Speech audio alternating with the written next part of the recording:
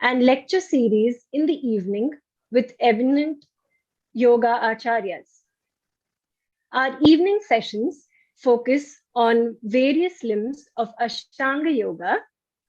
We have got a good insight into the first four limbs of Ashtanga yoga over the last 3 days, namely yamas, niyamas, asana, and pranayama. Today, we have with us Shri Pradeep Sattwamaya to throw light on the fifth limb, that is Pratyahara. Shri Pradeep Sattwamaya had the blessed opportunity to be accepted as the disciple by his guru, Paramhamsa, Swami Niranjanananda Saraswati. In the Sanyasa lineage of Shri Adi Shankara, Swami Sivananda, Swami Satyananda. Shri Pradeep ji spent 2 full years living and imbibing yoga at Gangadarshan, a yoga gurukula along the banks of river Ganga in Bihar. He completed the first 12-year phase of discipleship in 2016. He has also studied Ashtanga Vinyasa Yoga and Iyengar Yoga with props. He is currently pursuing his studies in Ayurveda and modern neuroscience, practicing yoga as a 7-year-old, learning simple classical asanas from his father. Post an engineering degree, devoted full time to studying yoga, graduating with M.Sc. Applied Yogic Sciences from the world's first yoga university, Bihar Yoga Bharati, Munger, India, with a university gold medal. He's been teaching yoga in India, Europe, and Southeast Asia. He successfully built a chain of yoga studios in Bangalore, which was later acquired by a major health and fitness brand. Shri Pradeep currently resides and teaches at Yoga Sattva, Mysore. He has been training and mentoring over 2,000 budding yoga teachers since 2006. Before Shri Pradeep sir takes over, I would like to mention that towards the end of the session, we will be enabling the chat box so that you can type your questions and sir will be happy to answer your questions. Over to you, sir. Thank you, Rati. Thank you very much. And I welcome all of you to this lecture on Pratyahara. I have one question, at least initially. I like to keep this interactive because I like to understand what you already know about the earlier limbs. So is there any way we can allow people to talk or chat, say if I ask some simple questions, and then I'll take over and probably share what I know about Pratyahara and how we could use this practice in our everyday life. So is there any way that people can interact at least the first part of the session? Yes, sir. They can. Okay, fantastic. Cool. All right. I don't see all of you, but maybe I will get to see you as you ask questions and as you want to know more about Pratyahara. I will assume that all of you practice yoga.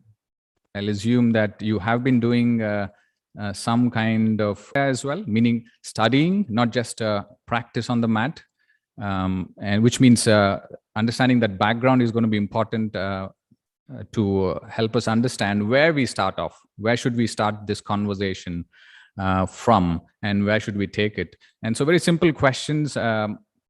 This is a series of lectures on Astanga yoga for well-being.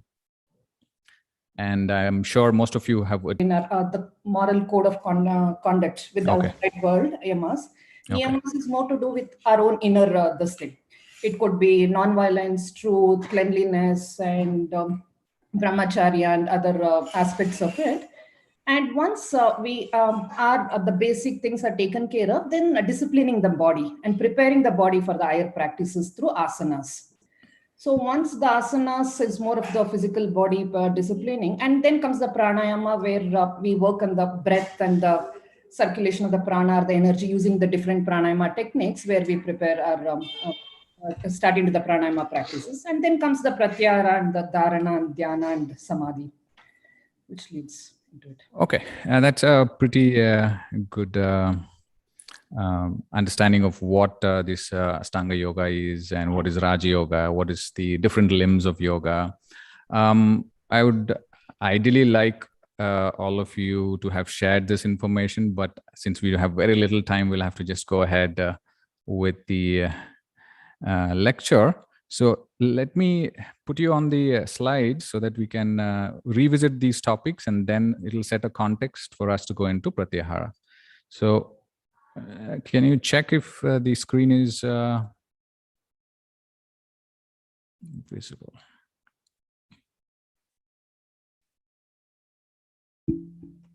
Yes, sir.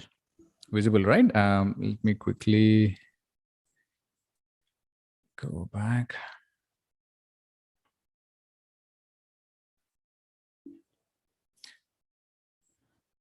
I think the first few slides are just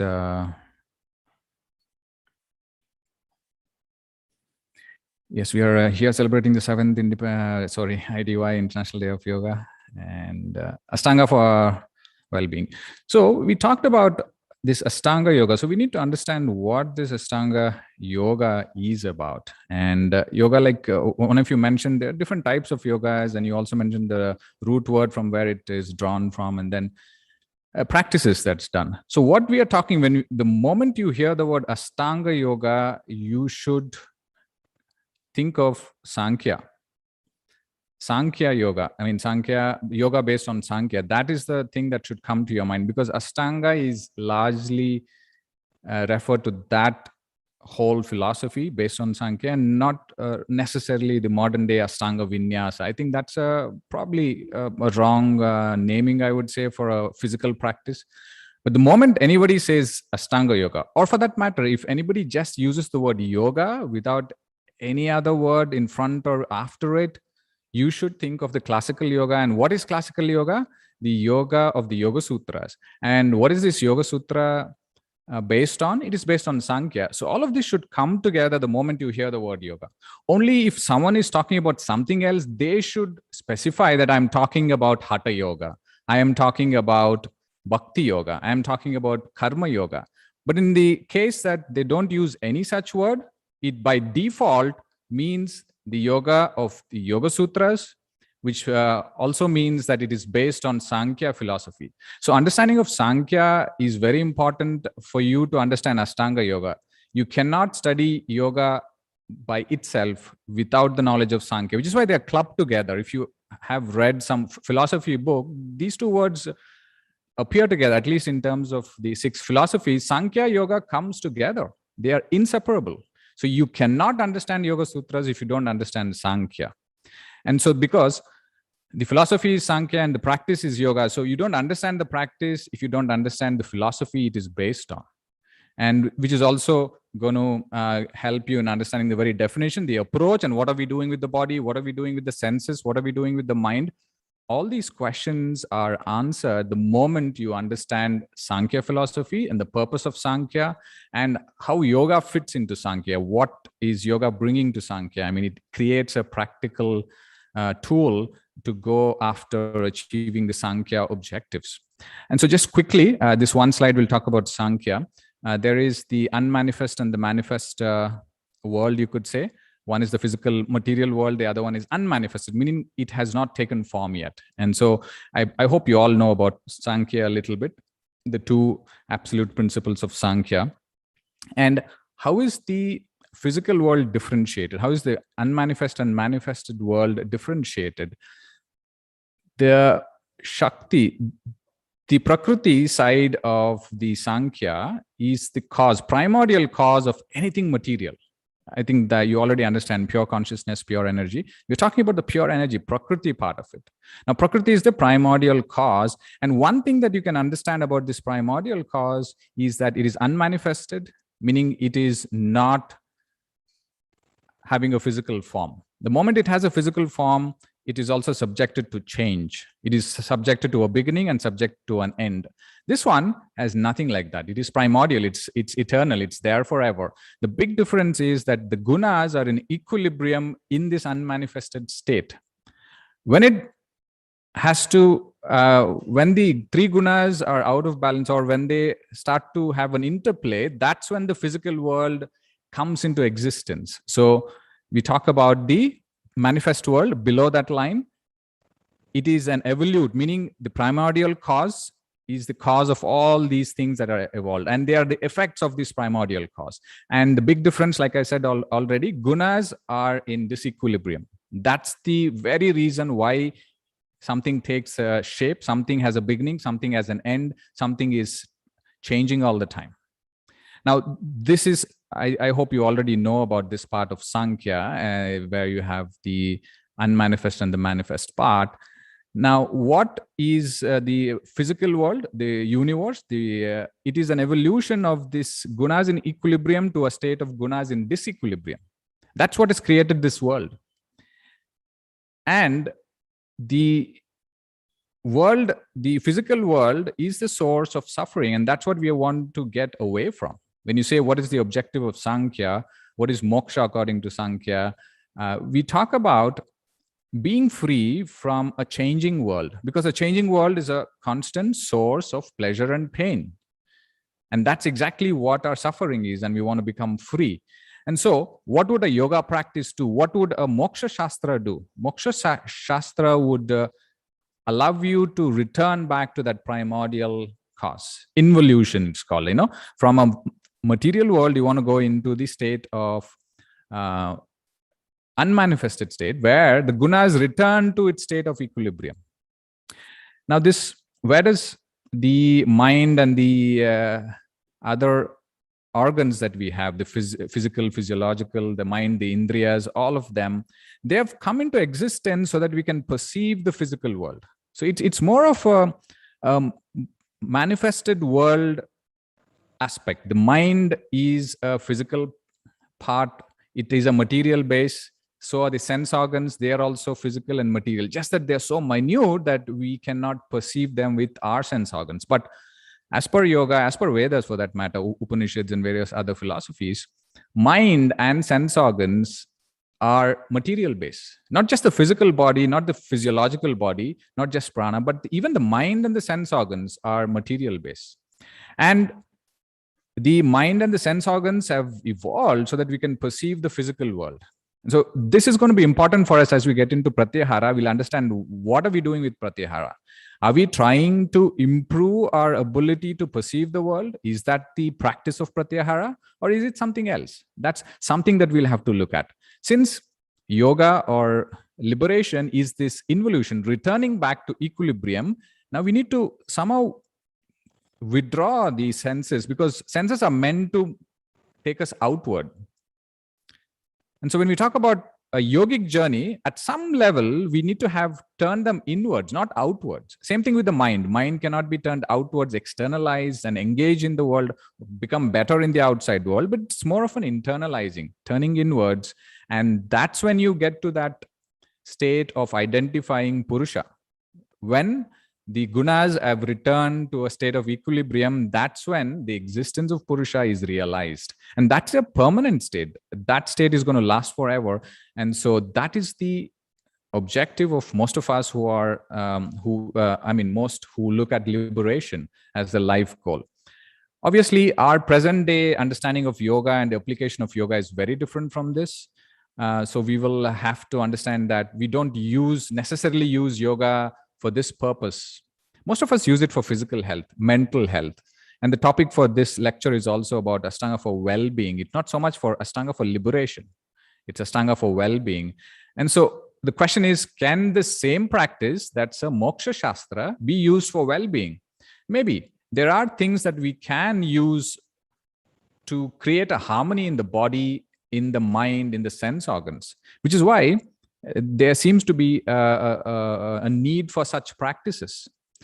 And even though primarily it is meant for moksha, we can use some of these practices, maybe modified, maybe a part of it can be used for our short-term goals. That's largely the physical health, mental health, and overall well-being. So moving ahead, understanding this basic concept of what is yoga doing, what are we supposed to do with the mind and body, we'll understand what Ashtanga yoga is. Now that's the Sankhya approach. Now where does Ashtanga yoga fit in? Obviously, most of you know the 8 means the 8 limbs. Yama, Niyama, Asana, Pranayama. Pratyahara is the 5th one.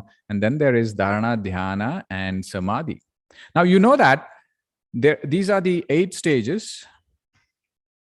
I'll just quickly go back to the previous one. Sorry.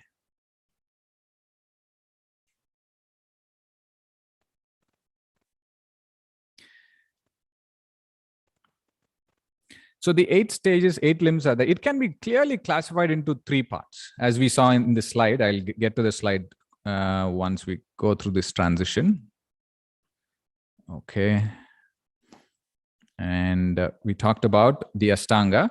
The first part of Ashtanga yoga is the Bahiranga yoga, the external yoga. And then there is the internal. Obviously, that's very obvious that if there is external, there is going to be internal. And Pratyahara forms the transition between the Bahiranga and Antaranga. So when Yama, Niyama, Asana, Pranayama are classified as Bahiranga, to do with the external elements, aspects of the self, to deal with the external aspects of the self. But at some point, you need to move inwards, because the real yoga is Dharana, Dhyana, Samadhi. And I think we also heard of the word Raja Yoga, yoga of meditation. So Ashtanga is also this yoga of meditation. It is to do with Dharana, Dhyana, and Samadhi.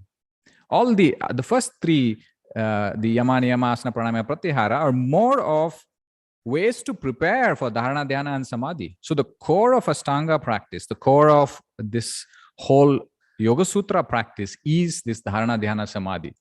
And Ashtanga yoga is meant for someone who is kind of a beginner, not really an evolved being, because they can skip some of these stages and quickly go into the states of Samadhi. But for most of us who are not there in that higher state of consciousness, we might have to start from scratch. And that's what this Ashtanga yoga is about. This is for someone who will start from the very basics. I mean, they have some inclination towards liberation. They want liberation badly. And then they start off with Yama, Niyama, Asana, Pranayama, Pratyahara, Dharana, Dhyana, Samadhi. So understanding that there are these 3 parts to Ashtanga yoga, the Bahiranga, Antaranga, and the transition state. Of course, you can put the middle one either to Bahiranga or Antaranga. I mean, different people look at it very differently, but it's also maybe logical to say that, yes, we can create a 3rd category and we can use that as a bridge between the 2, the external and the internal. Now, that's where the word Pratyahara comes from, the stage, the 5th stage of yoga. So obviously, the first 4 stages would have contributed in some way to get to Pratyahara. Pratyahara needs a certain preparation. So the Bahiranga is the preparation for Pratyahara. And Bahiranga and Pratyahara is the preparation for Dharana, Dhyana, and Samadhi. So it is in a sequential order. It's not like you just jump and start out with wherever you want and then look at Yama, Niyama later on, or do a little bit of Pranayama after you do some Dharana practice. It's not going to work. There is a reason for the sequence. And that simply means that before getting into Pratyahara, you should have done Yama, Niyama, Asana, Pranayama, especially Pranayama. You cannot get into Pratyahara state without Pranayama, without that control over the breath or the breath practices that we do. So we should also understand that when does someone start doing a practice of Pratyahara? It has to be after a certain mastery of Pranayama. In fact, a certain outcome of Pranayama mastery is in itself Pratyahara. You get into a Pratyahara state very spontaneously with the practice of Pranayama. Even though here it's classified as a separate practice, you'll see that it is not an airtight compartment that you clearly know that I'm doing Pranayama now. Now I've entered Pratyahara and now I'm getting into Dharana. Now that kind of differentiation is usually not an experience of someone who's been meditating. It is so quick, it is so seamless that you really don't make out the difference, the boundaries between when Pratyahara started and when Dharana has started, or when Pratyahara has ended and we're getting into Dharana, and when Dharana starts and moves into Dhyana. It is usually very spontaneous and seamless. So it's very hard to really make out and say that, okay, now I'm in Pratyahara, now this is where it has started and this is where it's going to end. So I think you have a fairly good idea of what Ashtanga yoga is and where Pratyahara falls under which category, and what's the context of this practice. What's the importance of this practice? It has to be a practice done before meditation. You cannot get into meditation without certain Pratyahara. You cannot do Pratyahara without certain breath practices. And probably for better breath practice, you need to have done asanas, because asanas help connect to breath really well. And to set harmony in your outside and inside, the yamas and niyamas are essential. So you see, there is a sequence to all of this. You cannot just jump into, because I like meditation, everybody else is talking about meditation, I'll just sit down, I'll pick up an app and start doing meditation. I mean, that may not last really long. And so it's a waste of time. So now that we have a fairly good understanding of Ashtanga yoga, very high level understanding of what this Ashtanga yoga is and how it can be categorized, we have identified the stage called Pratyahara, a bridge between Bahiranga and Antaranga. Now let's look at what is the definition of Pratyahara as per Yoga Sutras. Like I already mentioned, you have to have some knowledge of the Agamas. Here we're talking about Yoga Sutras. You have to know something about Yoga Sutras. You have to have read something about the Yoga Sutras. Otherwise, no point in going into these Ashtanga practices. Ashtanga is coming from the Yoga Sutras, and this is the definition. Chapter 2, verse 54. Sutra 54 talks about what is Pratyahara. Now, when we talk about Pratyahara in the context of the mind as well, it is linked to the mind. You will see that you cannot talk about Pratyahara without the mind. It's not just the senses. Most of the time we believe that Pratyahara is to do with the senses. But mind you, senses are not independent. Senses are simply serving the mind. So in this verse, you can clearly identify that when the sense organs, are not in contact with their objects, meaning with what it's meant to work with. Like for the eyes, in contact with visuals, ears in contact with sounds or vibrations. Now, when the senses are not in contact with their object, sense objects we call, artha, they simply reflect the nature of the mind, swarupa of the mind. Right? I'll repeat that. When the senses are, we already saw in the first slide in Sankhya, the senses and the mind were created to move outwards and perceive the outside. So you will see that it's very easy for the senses to move outwards. It's constantly moving outward. It's constantly picking information and sending it to the mind.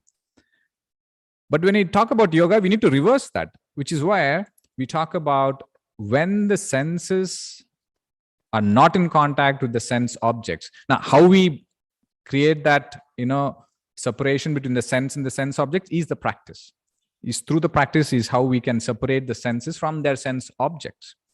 That's the very Pratyahara practice we will talk about. Now, once that happens, once the senses are not picking something from outside, once they are not moving outward, they simply turn inward and they start to just reflect the true nature of the mind. Whatever the nature of the mind at that point is, it simply reflects the mind. And most of the time, we don't know our minds simply because there is so much of input from the senses. The mind is a slave to the senses, which means the mind simply runs behind whatever the senses are bringing. And so Pratyahara is breaking that movement, the mind being very agitated, or it's just following the senses. And so when you break that is when you can actually identify the true state of the mind. And there are a lot of other things that we need to do from there. That's not the end of our practice. That's not just what yoga is for, but start to see the reality of the mind and that involution that we talked about. This is somewhere there. It starts somewhere, midway, you'll talk about the senses and the mind, but there is still further journey that we'll have to take to get to that point of complete involution or establishing ourselves in Purusha. So this is the definition. Swavishaya, meaning the object of its own, the eyes with the visuals, the ears with the sounds. When they are when their contact is removed is when the practice of Pratyahara is said to have happened. And so we will primarily be working with the sense organs here.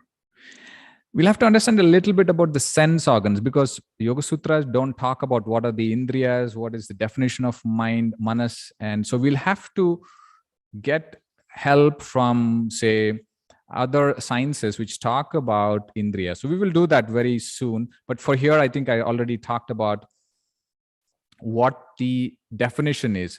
Now we have to understand the definition here is not so much about controlling the senses. It is controlling the mind. When the mind is controlled, the senses are automatically controlled. Now, this is one thing that we need to understand, because it's not so much about that I do some exercises to control the senses. Yes, you are controlling the senses, but you are not acting on the senses. You just have to control the mind. I'm sure all of you will have experienced times where, you have your eyes wide open, but you don't recollect anything that happened in front of you, simply because your mind was occupied elsewhere. Maybe you were thinking of something else. Maybe you were, reflecting on something else with your mind, and your eyes are open and things happen in front of your eyes, but you don't recognize them. You don't recollect them. Why? Are the eyes not picking those signals, the visuals? Are the ears not picking the sounds? They are. But the final destination, the mind isn't ready to take those information. It's occupied in something else. And I think you also know about the nature of the mind. Mind can entertain only one thing at a time. If it is thinking, it will be thinking. It will not parallelly pick up the sounds and the visuals. So we'll talk about that in Ayurveda. The point here I'm trying to make is Pratyahara is not the control of the senses. That's an outcome. So what are we supposed to do? Has to have a certain control of the mind, because the mind is the one that's ruling the sense, and that's the way it should be. And so you will see that mind in a controlled state is what Pratyahara is. We are already talking about certain controlled state. We are not talking about the state of one-pointedness or extreme awareness like in Dharana Dhyana Samadhi. This is pre-Dharana Dhyana Samadhi, which means even here there is some level of control that's required so that we can have the senses follow the mind. Only when you have some control over the mind, the senses will follow the mind. Else, the other way, the mind will follow the senses. And so we need to be careful about the understanding of what this Pratyahara means. It is mind in a controlled state. All right, so let's move to understanding this Indriyas, Ayurveda. We will talk about quickly about what Indriyas are. Indriya, what does the word Indriya mean? Indriya is something that works for Indra. Now, who is Indra? Indra is the king of kings, the Lord, and the very purpose of everything else that's happening. So, who's Indra here? The Atma is the Indra, and Manas, the 5 sense organs, and the 5 motor organs are all working for whom? They're all working for the Indra, that's Atma. And so, in Ayurveda, or for that matter, going by the definition of the word Indriya, the mind, which is Manas, sense organs, motor organs, anything that works for the king, anything that's working for the Lord can be considered as Indriya. So in Ayurveda, Manas is also an Indriya. It's called Ubhayendriya or Atindriya, meaning it is superior to the other Indriyas in a way, but still, mind is also an Indriya. And so we have to connect the control of the mind that we talked about. It is not necessarily just the control of the 5 sense organs. We're talking about the control of Manas, and senses will follow. Senses, we don't have to do anything about the senses. The mind needs to be controlled. So I think this is a good introduction to Indriya as per Ayurveda, of course. And obviously, I'm sure you all have heard about the Panchendriya, the 5 Indriyas, and where they come from, the origins of it, and all of that. And I think this is a common aspect of Sankhya, Yoga, and also Ayurveda. So we will not go into that. Understanding the pathway of knowledge. This again coming from Ayurveda, we see that there is a sensory pathway and there's a motor pathway, meaning things that come into us and things that go outward. Things that we pick up from outside, we need the sense organs. Indriyartha, the object that we are picking up, Jnanendriya, the sense organs, then the manas, then goes to buddhi. Buddhi discriminates, and then it is consumed by the Atma, or it is enjoyed by the Atma. So it's very important to understand the sequence of the sensory pathway. And the opposite of this is the motor pathway. The Atma wants to do something. It then communicates to the mind, buddhi, buddhi to manas, manas to karmendriyas, and karmendriyas acts on that particular indriyartha, whatever that is, the motor or the, whatever organ. So understanding the pathway is important. These two are essential for our worldly existence. In a material world, we need this. We need to constantly assess what is happening around us and constantly keep reacting to the outside world.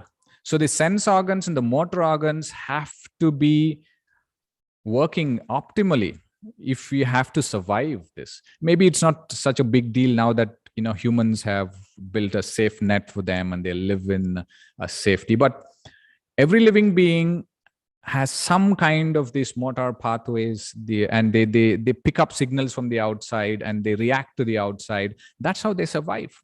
They're not blind to it. They're not just closed off to the outside world. So are humans. Maybe we're a little more sophisticated, but this is a very essential part of our existence.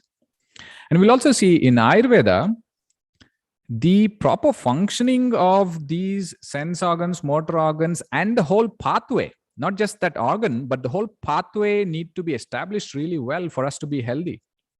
When you say health, it's not something that is just to do with proper functioning of the organs, proper functioning of the endocrine gland, the physical body, the joints and breathing, but it's also largely to do with the sense organs, motor organs, the nervous system involved, the mind involved, the buddhi involved, and ultimately the enjoyer of all this, the Atma.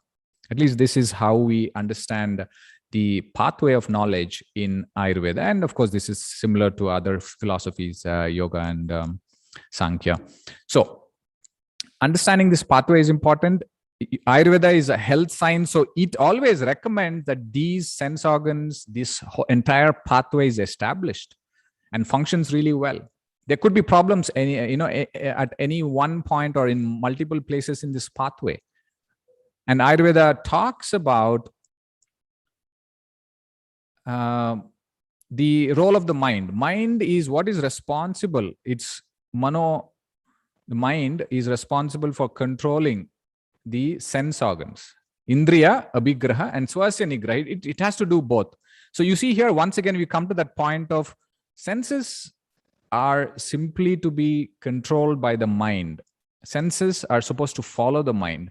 But chances are, if we don't have that ability of the mind, the senses are running wild.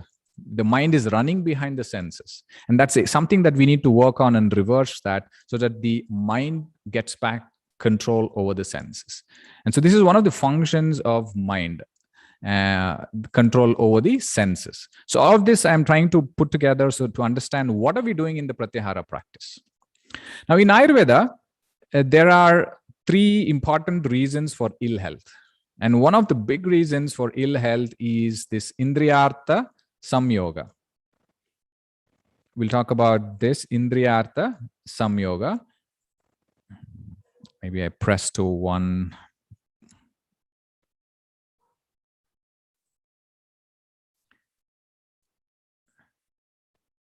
Okay, hold on, let me get back.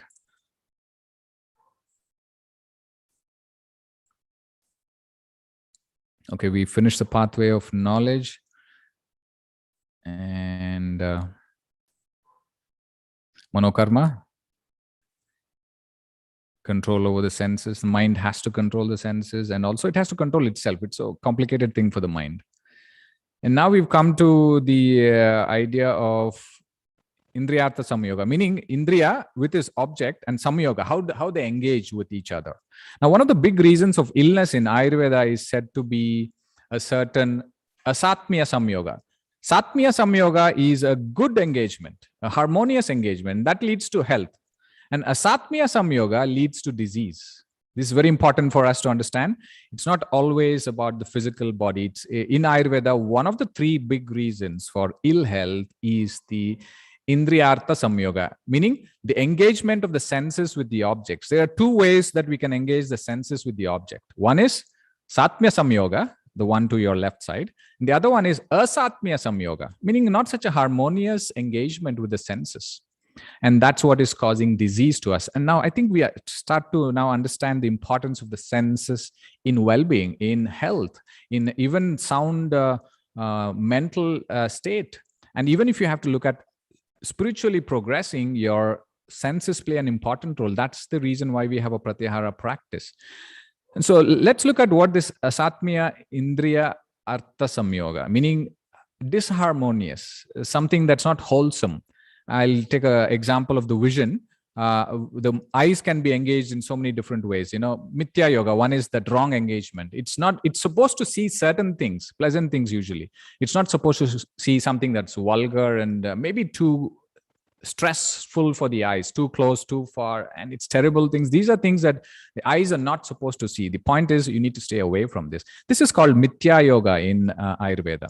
Similarly, excessive engagement, Ati yoga of this vision, the eyes, like long hours of watching on the screen or long hours of staring at an object, and too bright an object, too dark, and all of this, spending a lot of time over engaging, excessive engagement is called Ati yoga. And the last one is called Hina yoga or Ayoga, meaning inadequate, not enough engagement of the eyes, not using the senses. We have the example of the eyes, but you can apply this to all the other sense organs. So this one is inadequate, underutilization. Ayurveda says all of this leads to the disturbance of dosha, and obviously we know that disturbance of dosha leads to any kind of illness pertaining to that particular dosha. So we are trying to connect senses with overall health, well-being. And so this is a good slide to have in mind, that the senses are usually engaged in a way that it is actually causing disease. We don't have a very straightforward understanding of this, so we don't usually look at the senses as the reason for ill health. So wrong engagement, excessive engagement, and inadequate engagement of all the senses is causing a lot of disease state in human beings. So we need to sort this out, which is where the entire practice of Pratyahara is modified to help us, help our overall health. Nature of the senses, I think I will skip this. In the Gita, we hear about how the sense organs, it is not such a easy thing to stay sound, to the mind to stay sound. Even a little bit of freedom for one of the sense organs, just one of the sense organs, not all of them, one, if it goes after an object, the whole mind can be lost. The whole strength that you always practiced for, and you gain through practice, could be lost in a moment. Because even if one of the senses loses its awareness and goes after an object, the whole mind might run after it, and in all that years of practice can be shattered in a moment, in that just brief moment. So Gita is talking about this, importance of the one-pointedness of the mind, and also control of the senses. It can just destroy a years-long practice, just at one moment. So I'll not spend too much time, but just to give you an idea of how important it is to be in control with the senses, and how it can just lead the mind into all wrong things. All right, what are the things that we can do in everyday practice with Pratyahara? A little background from Ayurveda and Gita and also yoga. First one is stay away from sense objects that you're probably addicted to, or probably that you're drawn to, and don't challenge yourself. Most of the time we hear that, I'm going to challenge myself. I am not going to do a certain activity, or I'm not going to indulge in a certain activity, even if it's in front of my eyes. Like we just saw that verse from Gita. It says, don't be foolish and challenge yourself. Just stay away from that objects that's not good for you. Of course, we're talking about harmonious objects. Yes, you need to engage in a way that it is required for our everyday life. But some things We don't require, we need to stay away from it. I think most of us already know that it's bad for us, just that we cannot stay away from it. That's the difficulty. And in such cases, please do not challenge yourself. Please just stay away from it. Out of sight, out of mind. I think you've heard of that. And that's a very, very, useful understanding of how you need to take care of the senses. Don't go about challenging, say that, keep it in front of me, I'm going to not indulge in it. The mind in that weak moment, it can just get lost into that object.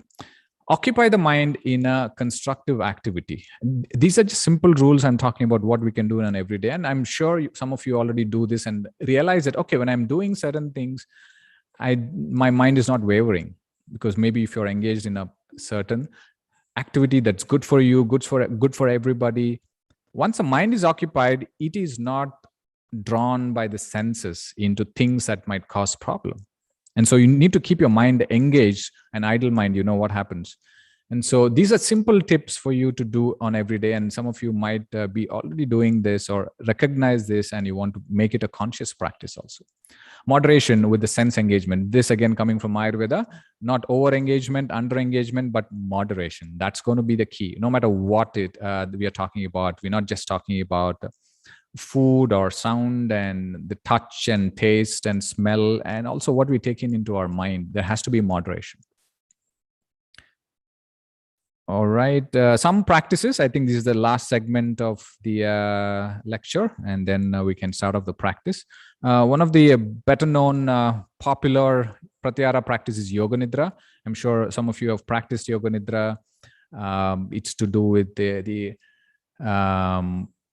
keeping the mind in an in-between state by working on the sense organs. What are the organs we are working on? 3 sense organs that we work on: touch, hearing, and vision.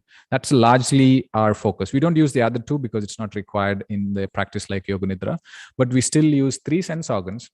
And if you have practiced, or if you can, follow the instructions like in Yoga Nidra, you'll see that the mind is not really drawn towards anything that's happening around you. There might be a sound somewhere, there might be someone knocking, someone talking, but you're still able to keep your mind focused on what it's supposed to be focused on.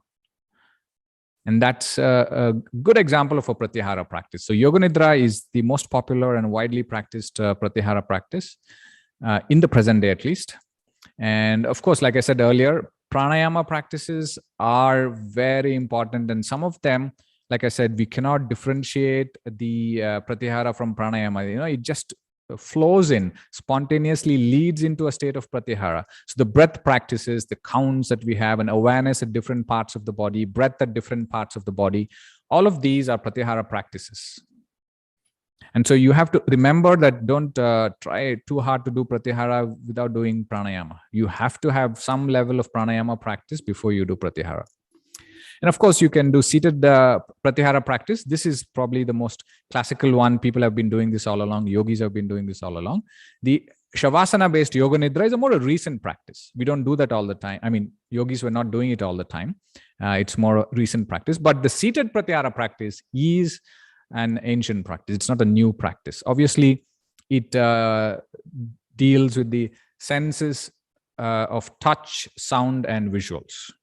This is something that we will do in our class. We'll take a few minutes to sit down, and then we'll see how this goes. Even though it's a very short engagement, so we won't be able to really do a long practice and have an experience of Pratyahara. But we'll see how we can use the very fundamental aspects, these 3 that we listed here. And let's see if this can bring about a certain Pratyahara, certain inward turning of the senses, meaning it now is simply reflecting the true nature of the mind. So that's something that we will do in our lecture today. So if you're ready, we'll do the practice and we'll come out of it, and then we'll be ready for question and answers. Make a note of any questions you might have. I'm sure you already have some questions. Put that aside for now. Let's do the practice and follow my instructions. I'll give you some simple instructions. And for those of you who've not practiced enough pranayama, it might be a little challenging, but I think you should be able to do some part of this practice. So first, settle down in a comfortable cross-legged posture. Make sure my voice is audible. You don't have to struggle to listen to me. And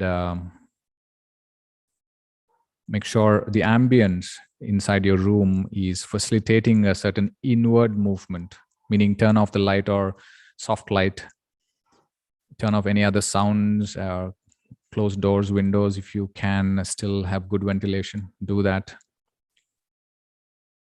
Comfortable sitting posture. Don't hesitate to sit on a chair or sit cross-legged. That will be ideal. Use a prop if you have to. Sit against the wall. It doesn't matter for now because we are not here in this lecture to really master the practice of Pratyahara. So settle down. If you think you need a little bit of loosening of the hips and the lower back and the knees, please go ahead. It's your practice. See if you can do some of these before you can settle down. Ideally, a cross-leg posture would work, but don't hesitate to do it on the chair.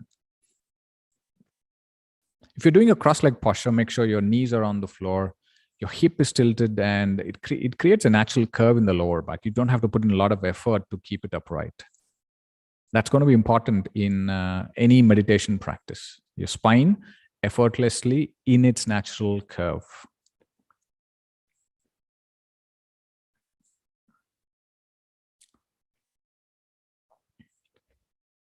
Make sure you settle your arms, elbows bent, palms resting on the knees or in the lap.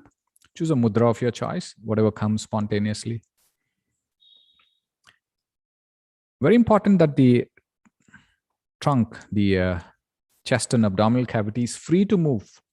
You shouldn't be restricting the trunk in any way. So see if you can free the trunk, lengthen the spine, breath expanding the abdomen and the chest. Nothing should restrict this movement. Also, make sure you put your mute your mics. You won't need to talk. I think few of you have your mic on. Better to put it off. Now start by opening the eyes. Just look at whatever you can see around you. Whatever visuals you have, objects you have, or people you have in front of you. Just watch before you can close eyes. Be aware of what is around you. And take a moment to simply acknowledge all of this. While you're still with your eyes open, take a few deep breaths in and out.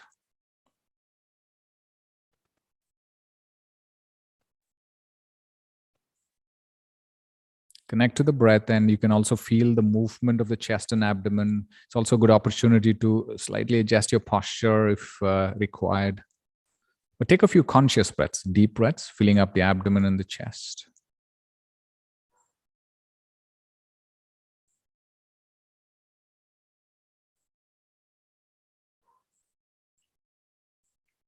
While you can still see objects in front of you, see if you can move closer to the breath, watch the breath. Follow the breath in and out.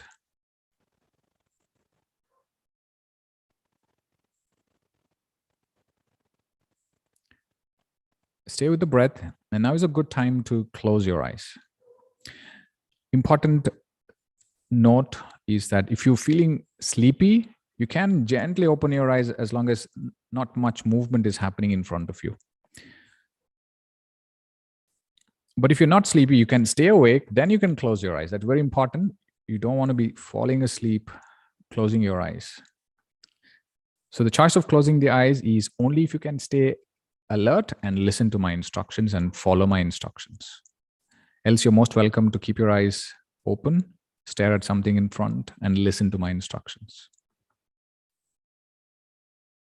Now, if you've closed your eyes, another look at the body with the eyes closed. Now, we don't have a visual, but we can sense the body. We can feel the body, especially touch. See if you can feel the legs on the floor. Maybe one leg in contact with the other. Arms in contact with the legs. Palms in contact with the legs or the knees. Sense of touch. We're trying to just identify the sense of touch in the lower body. Spend some time with them, moving from one part to the other, wherever you can experience touch. Usually as you come to the upper body, there is not much except in the face. As you move to the awareness of the face, become aware of the sense of touch at the eyes, especially if your eyes are closed. At the lips, upper lip, lower lip. Inside the mouth, the tongue, tip of tongue in contact with either the back of the teeth or the roof of the mouth, the hard palate, soft palate. The sense of touch in the face. And keep revisiting them. You move your awareness around from one sense of touch to the other a few times.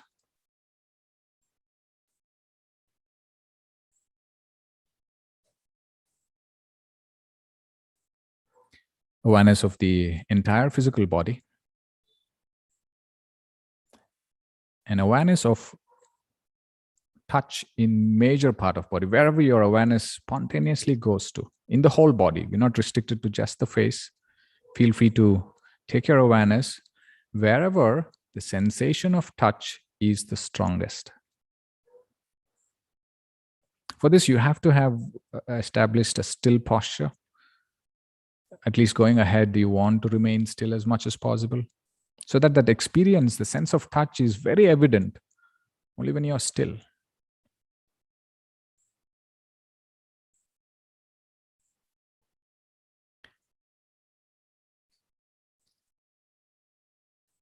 You're aware of the entire body and you're aware of the sensation of touch. Slowly have this sensation of touch move to the background of the practice and become aware of sounds, including my instructions. Pick up sounds, listen to the sounds from around. And we want to be objective when we are picking up these signals, meaning you just be a witness to whatever is around. At this moment, we are listening to the sounds. So you're a witness. You really don't want to figure out why there is that sound, who is creating that sound. But all you are doing is, there is a vibration, it's falling onto my ears, and I acknowledge it. This is how it sounds. Important to not get caught up in any one sound. Keep moving from one sound to the other. As many as you can pick up.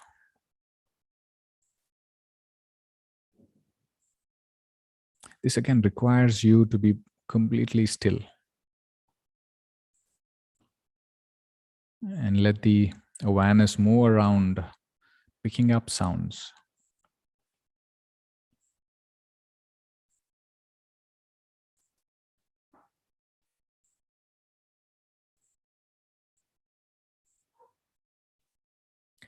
Allow most of these sounds to fade into that background where we had the sense of touch. And only my voice is in the foreground. You listen to my voice. Continue to listen to my voice. Maybe other sounds might come into our practice. We will be ready to accept it. That's the practice of Pratyahara. We'll not be disturbed by it, but we are ready. And we know that there might be other sounds that might come in.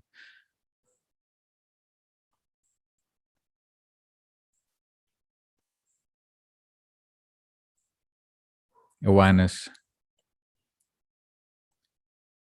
Returning to the body, the stillness of body. And within this stillness, you might start experiencing some spontaneous movements. Usually because of breath. The breath moves the body. You can recognize this at the abdomen, the chest, or even the nostril, or even at other parts of body. You might feel an expansion and contraction.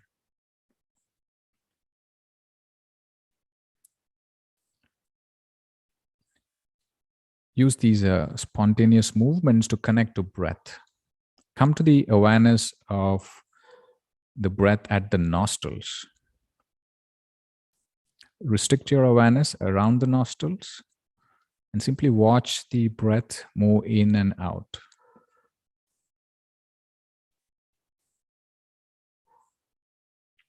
You will be able to be aware of touch as the breath moves into the nostril and out of the nostril. And you might also be aware of sound of breath, a faint sound that it might create as it moves in and comes out.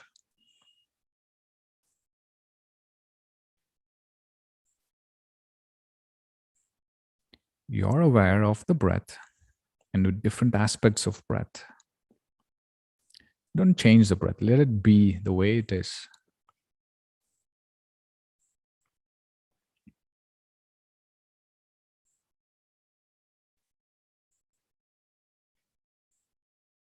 Keep coming back to the awareness of breath. This is a training, meaning your mind might wander, but you will come back to watching your breath. And you're a witness to your breath.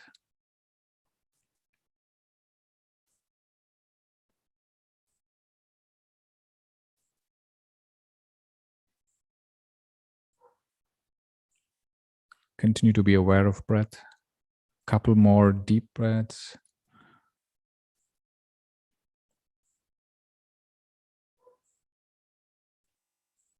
Next inhalation, become aware of mind. Just watch the mind. Again, we don't want to do anything to change the present state. Just watch the present state of mind.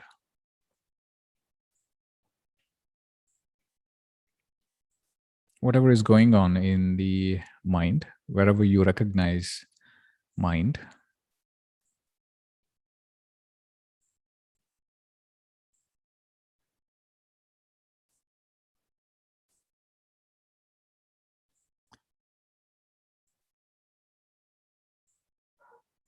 here again, there's training required to continue to watch the mind. Mind can drift away, but you want to stay separated from the mind. You want to watch the mind. You are a witness to the mind.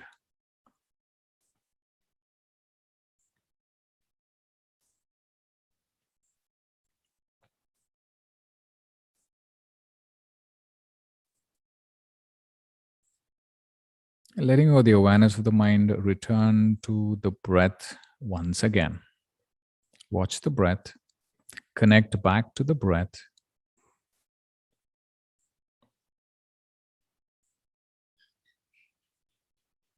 As you exhale next time, connect to the upper lip, lower lip, tongue inside the mouth, entire face, and connect to the rest of body, the arms, the trunk, the spine, and the legs. Connecting back to the sensation of touch once again. Hands in contact with the legs, legs in contact with each other or the floor. The sensation of touch. Now, through the sensation of touch, connect to the space around you. Start with the floor and then immediate surrounding, objects around, the place we are at, time of day, and the practice that we are doing. Slowly externalizing to connect to the outside world.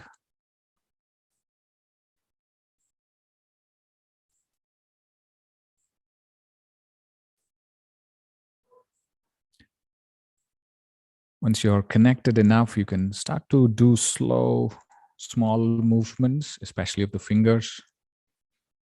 Bring them together, rub your palms, and place them on the eyes.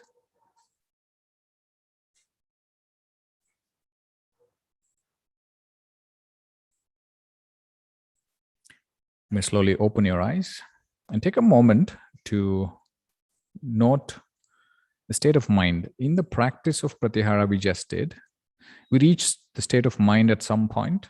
I want you to make a small note of what did you experience with your mind? What did you get to know about the mind? And I'm talking about comparatively, maybe before the practice or earlier in the day or regularly, how your mind is and how the mind was at that particular phase in the practice, when we went to the awareness of the mind. Make a note first before we can talk, and we'll open up for questions.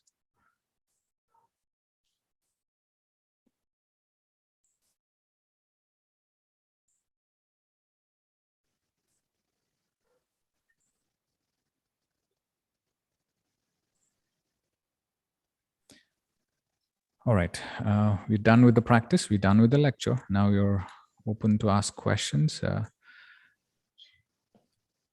Thank you so much, sir, for the wonderful session. It You're was really nice. The seated Pratyahara practice was great.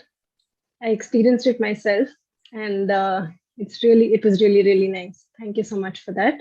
You're welcome. We have enabled the chat box for your questions. You'll have to read out the questions. I'm finding it difficult to access the chat box, Yes, so it will be helpful if you read out. Sure. Yes, I will.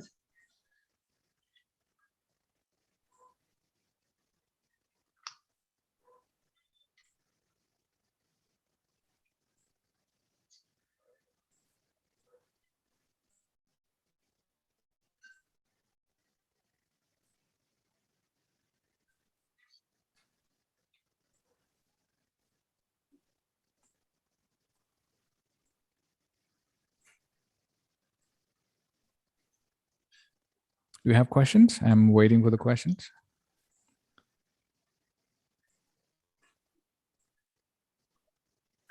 People are writing in, sir. Okay, they're just writing. Okay, I thought we already had questions. Oh, please go ahead. Take your time. I have time. I hope you guys have time as well. It's already 8:24, but feel free to leave if you have other engagements at 8:30, because that was the time agreed. You can always reach out to me and ask any questions or just talk, share about what's going on. I'd be glad to talk to you.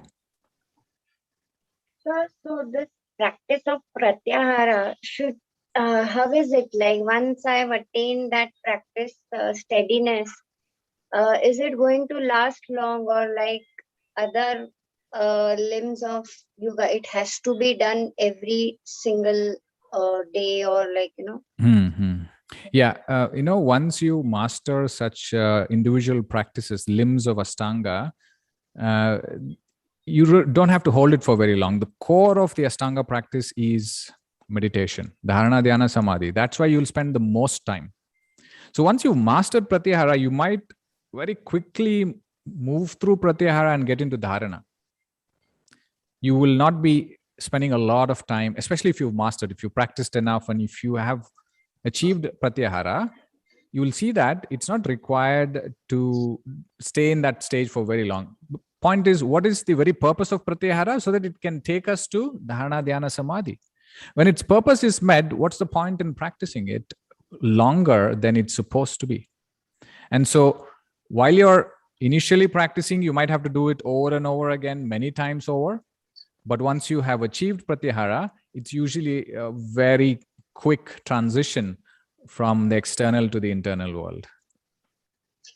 Sir, but then there are obstacles that is mentioned in Yoga Sutras also. They mention certain obstacles. They do come. Can you name the obstacles? What obstacles are you talking about? Nine, sometimes illness, sometimes I don't remember all of them, but sometimes we tend to drift off from the practice. Okay. Again. Yeah. So what's your question? So like to come back again, you have to go from the beginning, or what? Like how it is? Yeah. So how do you train your body? How did you learn to do certain asanas? How many times did you do that asana? What was your approach to learning that asana? Okay. It's kind of a similar approach that you need to do, but just that body is much easier to control than the senses or the mind, and breath also for that matter. Body is much easier. So point is, you'll have to put in so much more effort, the same way that you put effort with your body and asanas. With the subtle aspects, subtle practices like Pratyahara, Dharana, Dhyana, it is a much longer practice. You'll spend many months, years just doing some basic stages of the practice. And simply because it's difficult for all, it's not just that, it's only for you, or maybe you just started out. But that's the nature. That's the verse that we picked up from the Gita, right? That, it takes just a moment of not being focused or not letting it free. It just takes that one moment to lose everything. And so it requires so much practice, which is why it's a hard sadhana to do. Raja Yoga, or the path of meditation, Ashtanga Yoga, is not the easiest. And if you want the easiest, choose Bhakti Yoga, Karma Yoga. They are much easier. But also, of course, you should have certain ingredients and you should have the right guru. But compared to Bhakti Yoga, this is going to be very difficult. This is day in and day out. You keep practicing, practicing, and practicing. Abhyasa Yoga, this is called Abhyasa Yoga. Nobody else is going to help you. Bhakti Yoga, at least, your Ishta will help you. He'll elevate you to a different level. But Ashtanga is Abhyasa. You have to do your Abhyasa. No other way. Any other questions, Rati? Yes, sir. I'll just read it out to you. Yeah, sure. Saras says, very informative session. Thank you very much. And he asks, I'm a bit confused between the connection of Ashtanga Yoga and Ayurveda. Can you explain the correlation, please? Sure. Now, in our life, at least in the Vedic perspective, there is a purpose to life, life purpose. And they're called Purusharthas. Have you heard of the Purusharthas? There are 4 Purusharthas. First 3 are worldly Purushartha, and then there is the Mahapurushartha. The one that is the final goal or the ultimate goal. That's moksha. So, while we are in a material world, we have certain material objectives. And the overall life, we have this moksha as the only objective. So just to differentiate, Ayurveda is to do with health, and health is required for material objectives and also for sadhana. But yoga is a moksha shastra. It is meant only for sadhana. It is meant only for liberation. And so while Ayurveda is going to help you maintain good health, even while you are in the material world, you're doing your duties, responsibilities, you're going after pleasure, artha, kama, Ayurveda is there even for all those purposes. Ayurveda is there to maintain good health. But yoga is a moksha shastra, meaning yoga is not meant for any worldly pleasures. In fact, it is the practice to liberate yourself from the attachments of this worldly life. And so there is a very clear differentiation. Ayurveda very clearly mentions that whatever Ayurveda has to offer, it is a temporary solution. But if you want to permanently be free from pain and suffering and illness, you have to go to yoga. This is the words talked about in the Ayurvedic Samhitas. It clearly classifies that Ayurvedic knowledge is a temporary solution. Yoga knowledge is a permanent solution to overcome pain and suffering. So you can really understand the sequence of things, right? You use Ayurveda while you're in the material world, keep yourself healthy, so you can think clearly, you can understand the world, and slowly turn towards the ultimate Purushartha, moksha. And that's when you will need yoga. So yoga is not required for this part of life, the first part, material part of life, but yoga is required when you have realized that, hey, I need to solve this problem. I need to be liberated from this pain, and permanently. Yoga is about a permanent solution. Ayurveda is a temporary solution. Sure, sir. Thank you for that understanding. Before we move ahead with the questions, I would request everyone to fill a feedback and donation form shared in the chat box. We request you to donate us and help us organize many more such meaningful webinars. Thank you. Moving forward, sir, Thangam Subramaniam says, thank you for the excellent session. What do you mean by Moksha Shastra? Is it same as Raja Yoga? Yeah. So moksha is a purushartha. It is a goal of life. The dharma, artha, kama are the other three purusharthas. You know the four purusharthas, I believe. And each of these purusharthas has a shastra, as a means to achieve that purushartha. Right? There is a goal, but there's a means to achieve the goal. That's called the shastras. So each of these four purusharthas has shastras. For artha, you have artha shastra, kama, kama shastra, the dharma, dharma shastra. What do you have for moksha? You have moksha shastra. And there are different shastras under moksha shastra itself. Yoga is one of them. So you call it Raja Yoga is one method, or you call it bhakti, karma, jnana. They're all moksha shastras. Meaning, it's a means to achieve that objective. I hope I'm clear, right? What is the difference between moksha and Raja Yoga, you said? Raja Yoga is a means of achieving moksha. And Raja Yoga is largely to do with meditation. And so is Astanga Yoga. Astanga Yoga is all about meditation. So earlier we talked about, Astanga Yoga being Raja Yoga. Well, that's a pretty modern interpretation. Raja is not a word that's used in the Yoga Sutras. You will not find that word in the Gita. The word found in the Gita is Abhyasa Yoga. I already mentioned that. Abhyasa Yoga or Dhyana Yoga. Dhyana Yoga is the more appropriate word. Raja is a more recent word. You shouldn't be using it too often. It is meant to classify a certain practice of yoga. But the more appropriate word, the classical word, the ancient word is Dhyana Yoga, or like in the Gita, it's called Abhyasa Yoga. And Yoga Sutra or Astanga Yoga is one such Abhyasa Yoga practice. Is that clear? Yeah, any other questions, Rati? Yes. Saras asks, during the session, we went to the awareness of the mind. My experience was that I felt still and calm overall.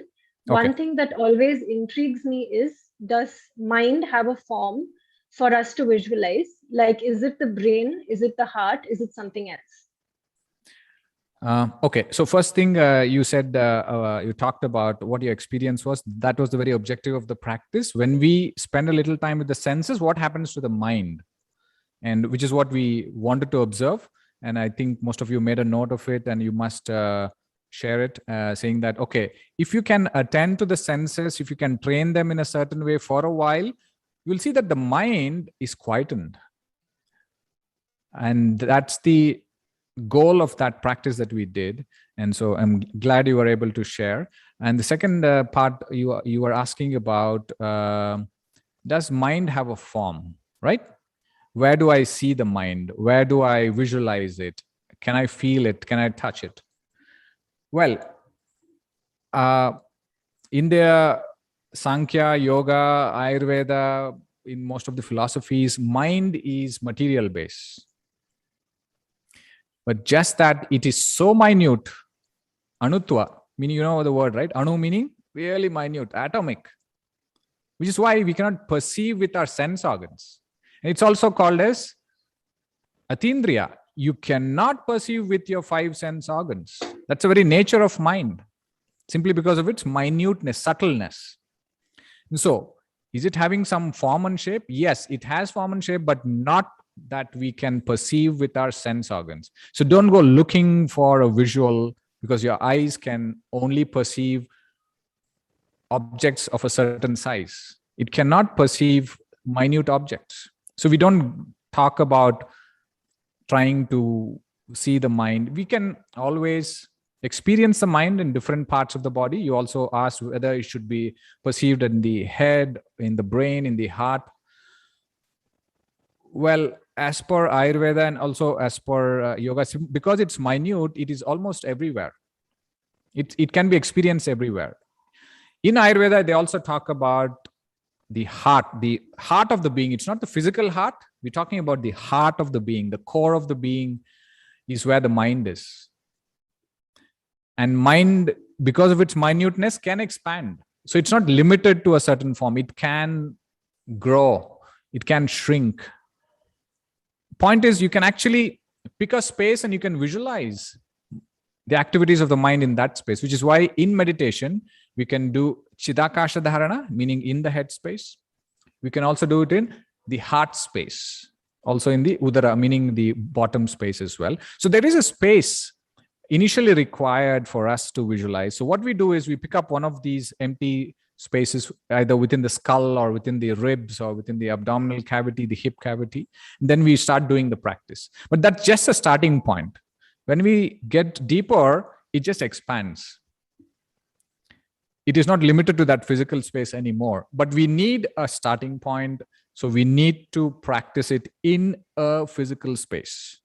And that's the reason we talk about the Bhrumadhya leading us to Chidakasha, understanding that space before we can expand from there.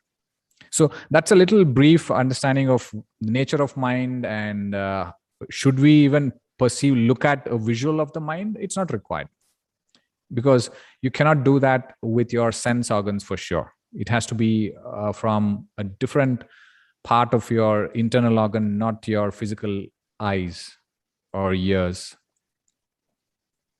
Any other questions, Rati?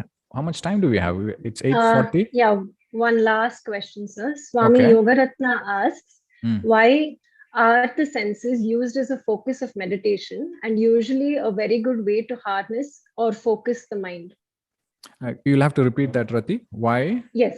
Why are the senses used as a focus of meditation and usually a good way to harness and focus the mind? Okay. All right.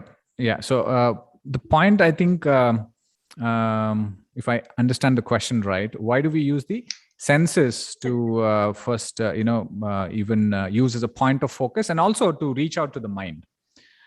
I think it's simply because it's more tangible objects that we can perceive with the sense organs. It's more easy to identify with anything that's physical, anything that is having a shape, and I can sense with my hands, I can hear with my ears, I can see with my eyes.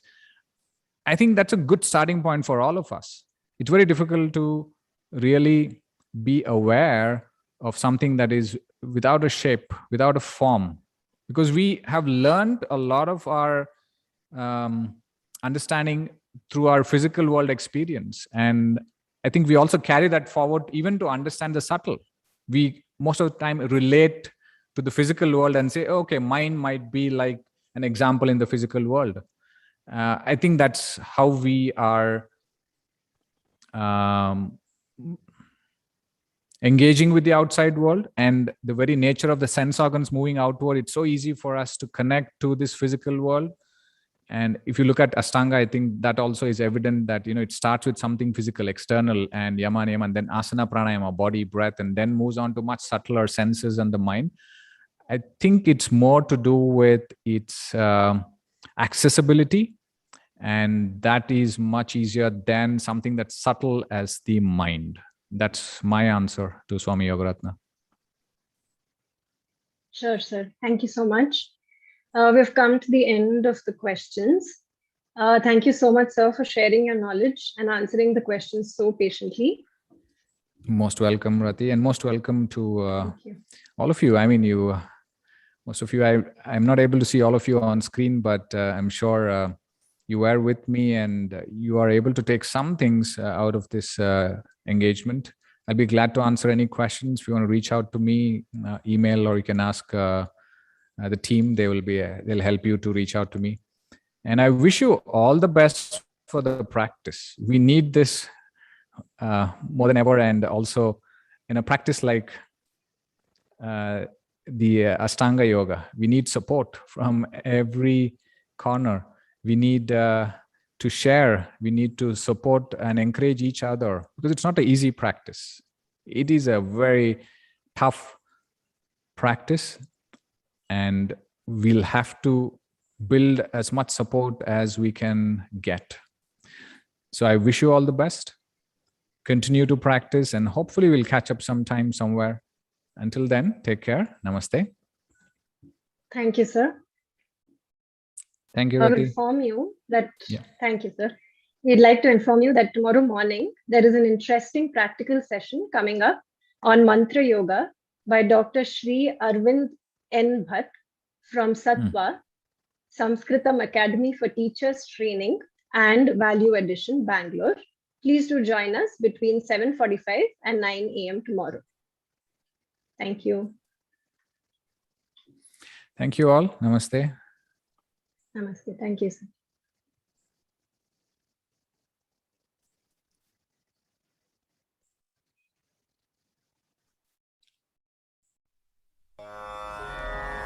Namaste. Nirakula is a yogashala which firmly believes in promoting the ancient yogic tradition in the strictest sense and in its entirety. All our courses, may it be short-termed or long-termed, have in them the essence of mantra, tantra and yantra, guided by the principles of Yoga Parampara put forth by the Maharishis like Patanjali, Swatmarama and others. Hence, at Nirakula, the courses have been formulated keeping in mind the vastness of yogic traditions. Our system is a rich blend of yoga, both as chikitsa and sadhana.